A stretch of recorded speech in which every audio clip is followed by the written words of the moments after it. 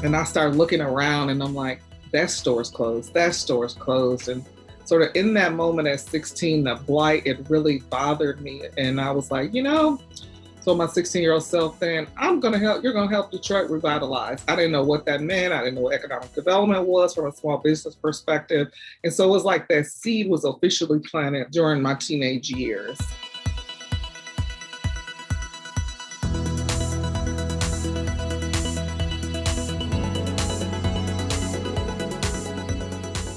Hi, this is Angie Cooper with Heartland Forward, and we're so excited to have joining us today for our Meet in the Middle virtually with Regina Campbell. Regina is the president and CEO of Build Institute. And Regina, we're just going to jump right in. I think one of the things that you just mentioned to me as we were talking before we hit record is what you are doing today is the heart of who you are. So tell us a little bit about what you do and why it's so important to you. And I think it ties in very well with what a lot of entrepreneurs and people helping communities might think and feel the exact same way you do. So tell us a little bit about yourself and why you do what you do. Sure. So I'm Regina Campbell. As you said, Angie, I first want to say thank you so much for having me. It's such an opportunity to share today with you all and learn from you as well, because I consider myself a lifelong learner. And so I like to say that I'm an economic developer. And I was long an economic developer long before I even knew what it was. If I talk about my why, it has a lot to do with from the time I was a child, I just loved cities. And in particular, I loved going into local stores and shopping and sort of the hustle and bustle, like in downtowns that we would go to.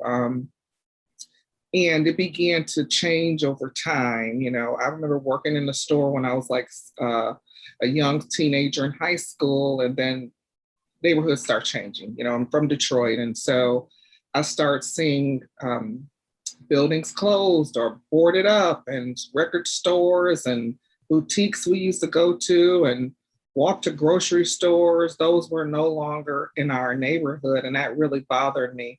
In particular, I was actually about to catch the bus one day downtown to my father worked at Recorder's Court, which is Frank Murphy's court. And there's this local pizza spot that's still in Detroit downtown called Nikki's.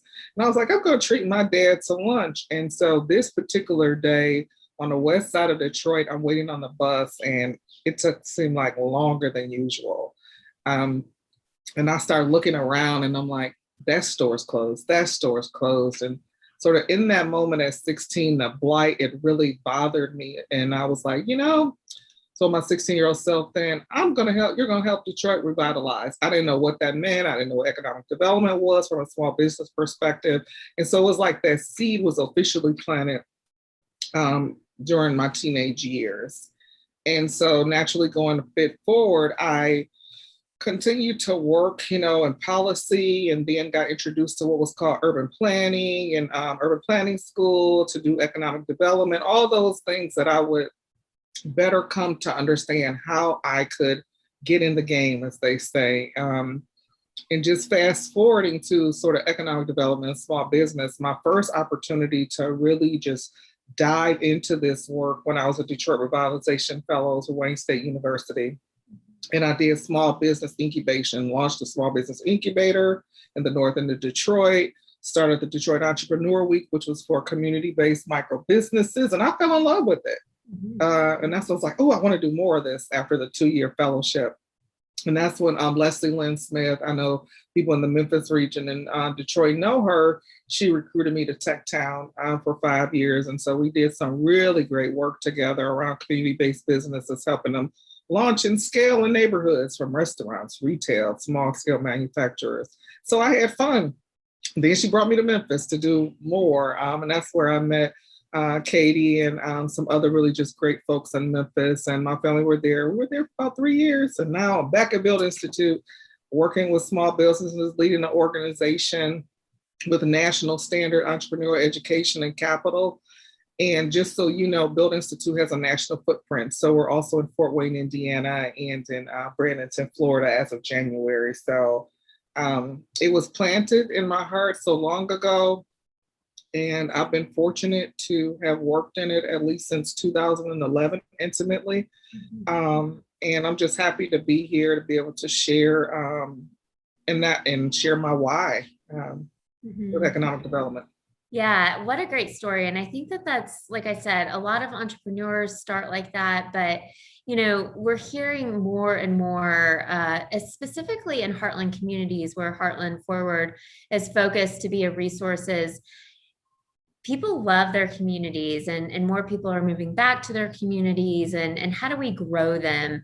And it can happen. I mean, it can happen in places like Detroit and Memphis. It can happen in smaller locations. And I love what you're doing at Build Institute, but talk to us a little bit more, because your vision with Build Institute and being a global leader in equitable and inclusive entrepreneurship, what does that look like? That's not easy to do. We all know that, right? And so many communities are challenged. And how do you start and grow? So talk to us a little bit, and what advice would you give other organizations or other communities based upon what you've learned and what you're doing? Certainly. I love the question. It allows room to sort of speak to the theory of change. I think it's important for every organization to lead with that as we look to support businesses. And so I will, say up front, a lot of my early career in this economic development was brought on by watching what was happening on the tech side of things. We have where we see funding to seed those early stage companies, those ideators, and processes around investment. And so learning on what worked there and being able to say, well, this can also work for community-based businesses as a strategy. One, because we know these micro businesses are what I consider they have an ROI for our communities from an economic development impact, an economic impact, but they also have a social return on investment, in which is the community building piece. Micro businesses do what no other big business can do, which is they bring together community and culture. They bring together the residents that live there all the way to ones who are visiting, and they're places that people can go to and have an experience. If you walk into a coffee shop, you've been there, you walk into the local coffee shop, you might run into a neighbor, you might run into somebody you work or a new person to interact. And like I know, it is the relationships that help bridge community. And so micro businesses are the only place we can do that in those commercial corridors. So they have an ROI for economic impact around hiring and creating jobs. And typically, people of color hire people of color. And so when you look at data around mobility and opportunity to only, there's economic mobility and then there's transit mobility. How are people able to work in their neighborhoods and build relationships and protect the neighborhoods? And so again, small businesses, micro businesses are the key to community building and economic impact, and they can't be left out. So if I move forward to our theory of change, and we talk about inclusive economic development, I'll say it to my team and, as a thought leader, for us, it is not just race. So again, we have Build Institute programming in other places where our mission and vision align. There are small business owners who want to launch everything from a retail shop, a food truck, to some e-commerce of selling products online. We got somebody who makes amazing hot sauce. And for us, just like on the tech side, our theory of change is making sure that there is capital available to seed these ideators and these proof of concept folks so that we can get them to where they can go to a bank and scale. So right now, you'll always hear around the country, and we even hear it in Detroit, that there's capital available. Yes, there's capital available, but not specific to the needs of these community-based businesses or these non-tech businesses, when capital oftentimes is the only barrier. So we provide the best national standard education possible to our entrepreneurs. We have Kiva Capital, which is available that can support a crowdfunding platform in a Detroit suit design. And there's some other things in the marketplace here. But again, certain, whether it's CDFIs or other capital available, will only invest in certain businesses, which leaves out hundreds of entrepreneurs in our country that can create jobs, that can create products and services that we care about.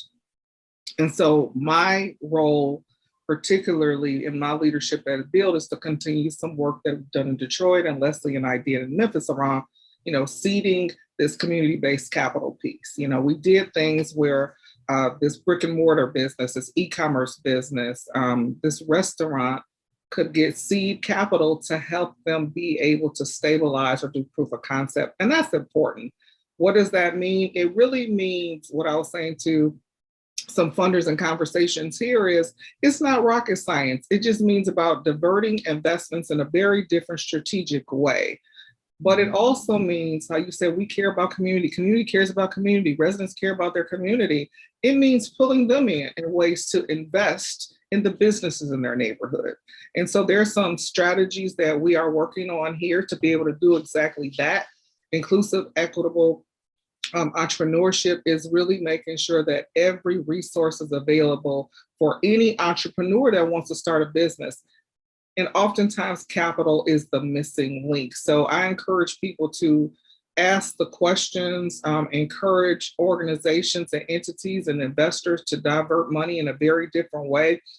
Yes, the ROI leg is long, so it will take time to get there. But just like in the Detroit ecosystem, when it first started with New Economy Initiative, it took time for really like the banks and the private sector to see, this is how we can plug and play into this small business area. It's the same with the capital piece, taking the time to show how their investments can yield a return on investment while also having a social return on investment. And then I'd like to add this. I've been saying that COVID has provided a runway in many ways for economic development and small business. I know many of us, we've lost, friends and family through COVID, but also out of this, our small business owners have been lifted up as essential. And that's the conversation that I continue to talk about with others. I know for me personally, I always like to say I can't eat tech, but I miss my restaurants. I miss going into the coffee shops. I miss going to my manicurist. Her name is T, who was in Memphis. I miss seeing her. All the things that we love to do for ourselves, our community, our friends and family, those essential businesses, those hairstylists and barbers, they're essential. They're essential to the community from an economic impact, and then also for building community and socialization. And so now that we know they're essential, it's time to drive investment in very different ways that support them with capital. And so that's, grants. There's grants that's out there. There's always also ways to do investments, debt and equity. Very similar to the way we do on the tech side of the house. And so we sit in service to solve and be a thought leader into helping activate what we call the capital ladder here in our region. Yeah, no, such great advice. And I have so many questions I want to ask you. My friends and family would think I was crazy if I did not ask you about the hot sauce company. So we'll talk offline because I love hot sauce. So I need to know the hot sauce company that you're working with directly. But you're exactly right. I mean, we are all living in a time where we were not able to be connected. And now that we are, it's so important for our communities, and we need to continue to, I think, educate, and the capital piece is extremely important, and diversify. To your point, a lot of communities put dollars into tech, but like, how do we make it all work together? And when I say all work together, that's a lot of things that we talk about at Heartland Forward. We recently launched with a partner, Builders and Backers, called our Community Growth Program and Toolkit. And it's really an opportunity to take social entrepreneurs and test their ideas at the very beginning stages. And the social entrepreneurs are there to help problem solve for communities. When we talk about it at Heartland Forward, and I know you're the same way, and I'm hoping you can give us some advice. These are big challenges we need to continue to do this all over the place, not just in the heartland, but across the country. But it's not one organization that is going to solve. So, what is the advice that you would give community leaders of them starting to work with Build Institute or you being engaged? And then how do you work with the broader networks of people that are doing similar things? How does that collaboration work? And how do you build upon it to really accelerate the broader narrative of what we're all trying to do? Phenomenal questions. I'm going to start and give credit, as I always do, to where it should start.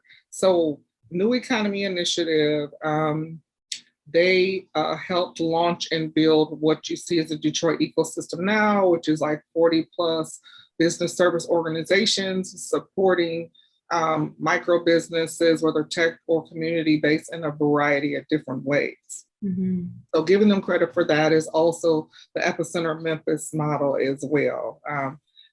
So they started by bringing us all together. So there has to be someone who's willing to sort of be the hub or the convener, whether it's an individual, like, for example, I consider myself being back in Detroit, but still a convener around opportunities for entrepreneurs. Begin to have meetings and conversations and pull data around what do we actually do and what do we do well. Because you'll have some organizations saying they do everything. So New Economy Initiative took us through that whole exercise to take a look at ourselves from the inside out, which allowed us to also hone in on our competitive advantage. What did we do great? And what we didn't do, so we could partner and refer. So that being said, as far as sort of a high level process, that's what helped us to date. How do we move forward now with sort of COVID having happened and knowing that it's even more important now, not just a philanthropy, but community entrepreneurs, that we work together? Because what had been happening before is we're pulling this entrepreneur to this resource and somebody that resource. Sometimes events could conflict on the same day, right? Mm-hmm. And the entrepreneur wasn't at the center. So now for everything that I do, it's about making sure the entrepreneur is the center, working with partners, collaborating them on projects. And I'll give you one example of a recent project that we worked on together, and it was different because it was the first time we did it. So Comcast Rise, you probably all saw that on the news and different outlets. So they picked Detroit as a city, and there were other cities too. So they picked 4 of us in the ecosystem with a grant to do Comcast Rise. And previously, what we all would have done, we'd have gone into our own organizations, figured out what we're going to do for pipeline and getting the program and the word out. Instead, what we did was the 4 of us, after that call with the national folks, we got on a call together and said, how do we collaboratively work together for pooling entrepreneurs to apply, for marketing, communications, logo, so that we aren't tugging back and forth with one another, but we're showing up as Detroit region against the others. I'm not in competition with my local BSOs. Right. It's about dollars and support and investment to continue to come in Detroit and support our organizations. So we did collaborative marketing, collaborative information sessions, collaborative data and KPIs.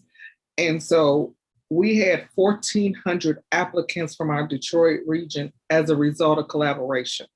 Now, would Build Institute alone have gotten 1,400? No. Yeah. And so more things like that we're doing. And sometimes we will sit as the convener. Build will say, hey, let's get together and do this. We do this part, you do that part, and we all build it together. So somebody who's willing to take the risk and collaborate and say, hey, you come to the table, and always putting the entrepreneur in the center, that'll probably need to happen. And again, it's expected to happen. And so when you talk about like, how do we do this? I'm the first one to say, if you look at our org chart, it's a combination of, I said, Build employees. It also has our facilitators and their companies for our programs. It has the public and private sector folks who are helping us. And Build, we have like over 2,000 grads. So a lot of times I'm hiring them for services. Mm-hmm. So they are also on there. So for example, our operations specialist, her firm, she's a Build grad, Lady Bondo, is helping us. So she's also on our org chart. So it takes a village. We don't own the success of every business we touch, because it's a bunch of us working together for the good of this entrepreneur. Now, do they start with build? Yes. So if you look at most of the businesses that have launched in brick and mortar in Detroit since 2013, they started with build, because we're known for the best business plan, national standard education they can get. They walk away with a business plan that has a proof of concept. We're known for proof of concept. So they can literally go to the next step and be able to launch a business in brick and mortar. So handing them off to, a Goldman Sachs, or it was to a tech town. So literally you start with us, but we don't do the everything. We hand them off after they've gotten to what we consider through Justified, where they can go to a bank, where they have revenue to be able to scale and go to like a Goldman Sachs and others. That shows great leadership on your part of, we know we have a great model, but we're willing to share and we're willing to coordinate. So you're doing it in your communities in Detroit, and starting in Detroit and Memphis, but how do you help others? So I love that. I know we're getting close to time. I would love to hear how you started in Detroit and sort of grew to Memphis, but you mentioned you've grown since COVID and into some other areas. So tell us what that looks like, and tell us sort of what the future holds for Build and what we should watch for. So certainly I will touch base. I'm glad you mentioned social entrepreneurship. I am a social entrepreneur. Our business, it was started in Memphis when I was there, a development company, Responsible Development. We own some property and lots over near the Stax Museum, and our whole thing is being intentional around developing responsibly so that, it can be affordable for people to continue to live in a thriving neighborhood. And so we have what's called Build Impact. It's to help people build social enterprises. Mm-hmm. And I believe, so when you talk about what's next, we are going to see an uptick of social enterprises because, as you said when we started this conversation, people love their community. And many of us care deeply about social issues that plague us. And so we can have the economic development piece. But what about the social piece that's impacting our communities? And there are so many people with really great ideas. So we're going to see an uptick in that. So I'm glad that you all have something that can work across the country in that regard, which also means, what did I say earlier, the capital piece, more ways for people to do social impact and investing. So that'll be key. And again, the federal dollars are beginning to come down again to what's considered micro businesses. You're going to see a lot of that. Even SBA is looking at different ways to resource small businesses, the micro businesses with fewer employees, how they can support. So you're going to see a shift, not a shift towards, again, rebuilding community-based businesses. Everybody started as a small business. If you look at the story of even the beautiful story about FedEx, everybody started as a micro. And so that's, I think, what we'll see, continuing to have opportunities to connect and learn from you all, and us being able to share will be really, really great. I know I could go on and on and on. No, this has been fantastic. And I thank you for all the work that you're doing. And thank you for sharing with the Heartland Forward Network. We absolutely look forward to staying connected. I will say, is there one last piece of advice that you would give for revitalizing communities, for anyone who's watching the interview and has a hunger to revitalize the community? What's that one piece of advice that you would give them? I'll start by saying, don't be afraid to ask the question and say, I don't know. I say that often. I don't know everything. I have a blind side, and ask the person you're looking to serve. So I'm often talking to entrepreneurs, and we are co-designing things together that make sense for them. Assume good intent. People really do want to help, and we don't know everything. So don't be afraid to ask the question. And if you want to get out there and help, the first thing to do is to go to a BSO and volunteer your expertise and experience and say, how can I help? Just do it. So I'm going to close with the Nike slogan, just do it.